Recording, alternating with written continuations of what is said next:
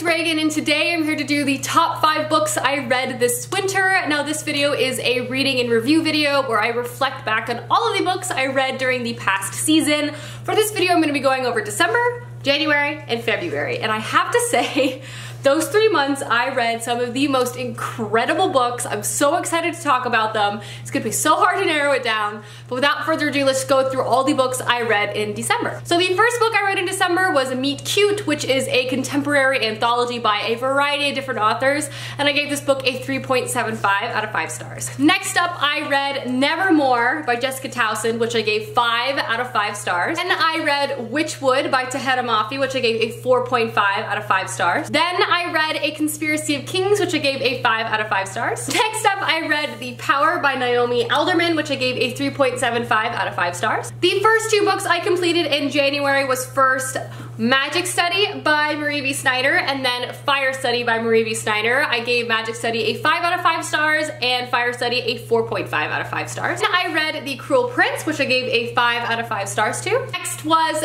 Between the Blade and the Heart by Amanda Hocking, which I gave a 3 out of 5 stars. And lastly, The City of Brass, which I gave a 5 out of 5 stars to. Now moving on to my last month, February. The first book I'm going to talk about is Nevermore by Neil Gaiman, which I gave a 4.5 out of 5 stars. And then I read The Immortal Reign by Morgan Rhodes, which I gave a 4 out of 5 stars. Next is Ever the Brave by Aaron Sumrill, which I gave a 3.5 out of 5 stars. And lastly, my obsession, I read Scythe by Neil Shusterman, which I gave a 5 out of 5 stars to. I'm gonna move on to my top 5 books of the season, but as always, I'll link down below all of the wrap-ups that I did, so if you want any more in-depth information on any of the books I'm not about to mention, you can go ahead and watch those down below. Alright, so now moving into my top 5, I'm not gonna lie, this was so hard to narrow down. I really wanted to have a top 6, but I gotta stick true to my top 5 format, and I did it. So these books are in no particular order. I loved all of them, and so let's just start with the first one. The first book I'm gonna talk about is Nevermore by Jessica Towson. This is one of my most favorite middle grade books that I've read in a long while. This is just everything I love in middle grade, like times 30. This story follows our main character, Morgan Crow, who was born cursed. He is literally blamed for every bad thing that happens, not only to her, but anyone that is around her in her town, and she is most of all blamed for her curse that states that she will die on her 11th birthday. However, on the eve of her 11th birthday, she's swept away by a strange man called Jupiter North in an airship to a whole new world called Nevermore. There, she kind of becomes an apprentice to Jupiter North and enters something called the Trials to join a secret society. This book is literally full of all the fun things. Not only is it clever and funny and magical and full of bright colors and great characters, it also has an amazing plot that runs through it that keeps you guessing throughout the entire thing. Also, the trial elements of this book make it so much fun. I love any type of competition or rounds that characters have to go through, as well as Morgan as a main character is such a joy to read from. This book has just everything that's fun. It has a grumpy talking cat. It has a magical hotel that transforms at the drop of a hat. We have all sorts of things that just make it amazing, and I loved this book. It was one of my top books of 2017. I think it's an incredible middle grade. I cannot wait for the next one. It's just so clever and fun. I love it. The next book I am going to talk about is The Cruel Prince by Holly Black. This was included because honestly it's just dark and delicious and addicting, and I honestly had a great time reading it. This follows our main character Jude, who at the beginning of the story, her mother's first husband comes and finds them, kills her mother and her real father, and kidnaps Jude, her twin sister, and her half-sister to Fairyland. There she's raised as a fairy in this man's household, and there she basically is just living her life trying to survive and also gain as much power as she possibly can. She passes her time learning combat, sword fighting, and strategy, and essentially is just trying to keep a low profile because in the world of Fae are clever, they're beautiful, but most of all they are cruel, and they prey on Jude and her sister often because they are easy targets. Because they don't have the powers that the Fae have. Jude has one particular rival whom she calls the Cruel Prince. who is just a jerk. And at the beginning of the story, she's also offered a potential way to gain power that she didn't realize she had an opportunity to get, and she kind of gets involved in like a spy network. This book is just so great on a lot of different levels. First, the writing by Holly Black is incredible. It's incredibly addicting, lyrical, beautiful, scenic, all the things you want in a fae story she delivers. But on top of that, there's so many interesting dynamics that makes this fae story unique. First off, we have Jude basically being raised in fae. She's not kind of like put in fae, like she knows everyone, and she also has political standing because of her father. So we see her go to school, we see her struggle with trying to make a place for herself in a world that is inherently not designed for that, and we see her struggle with both hating fae, but also realizing it's the only place she's ever known and not really necessarily feeling like she can ever go back to the human world. On top of that, this book is incredibly political, so many twists and turns and just everything that'll just keep you turning the pages.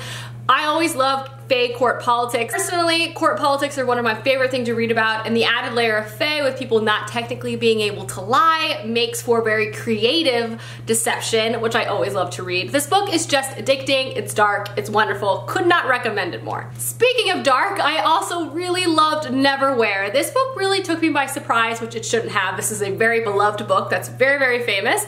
But I honestly just didn't know what to expect going in. This is a story of two Londons. The first London being the everyday London where everyone lives, walks, works, and just lives their life. And then there's the London below, which consists of people who fell through the cracks and can no longer be seen at all on London above. London below is a dark, eerie, creepy, but very quirky place. I mentioned this in my wrap up, and one of the reasons why I loved this book is because it has a lot of elements of like middle grade quirkiness to it, combined with horror and dark and creepy adult urban fantasy elements. So it has this like bizarreness and this creativity and this brightness and this vastness of maybe middle grade offers in terms of world that have all these like very strange and yet spontaneous people that just appear, combined with dark and eeriness as well. In fact, there are some very creepy perspectives that you read from.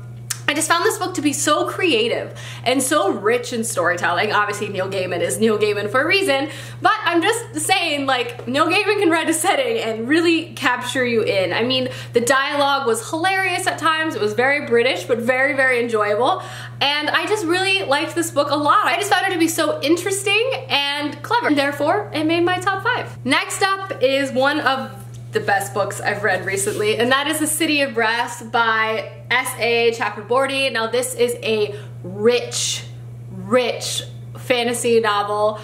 This is set in 18th century Cairo, Egypt, and we follow our main character who is kind of a con woman. She tricks people out of their money, and that's how she makes her living. At the beginning of the story, our main character accidentally summons a warrior genie who then whisks her away to a genie land where she discovers she not only has magical abilities, but she has a genie heritage.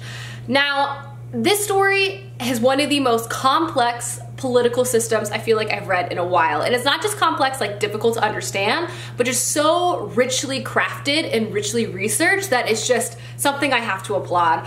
Our author is a Middle Eastern historian, and you can definitely see that she not only takes that inspiration in her fantastical worlds, but Cairo itself is such a rich experience to read that it's just incredible. Where the story flourishes is that she does not take an easy way out with politics. There's a lot of complex hatred and systems put in place in this world that individuals are basically both right and wrong at the same time. And another thing that I respect is that we just don't have a main character who swoops in and fixes thousands of years of hatred or societal conflict overnight. Like, this is a series that's gonna take time to work through a lot of this stuff, and I'm here to see it unravel. It is absolutely captivating. I mentioned politics a lot, but that does not mean this book is by any means slow. I'll say at the beginning it's just like a tad slow, but then you really fall in and you're just flipping the pages as fast as possible. The second half of this book is incredibly just took my attention. I couldn't put the book down. It was just absolutely incredible. Again, the creativity not only of the character situations and the world itself, I just have to say, was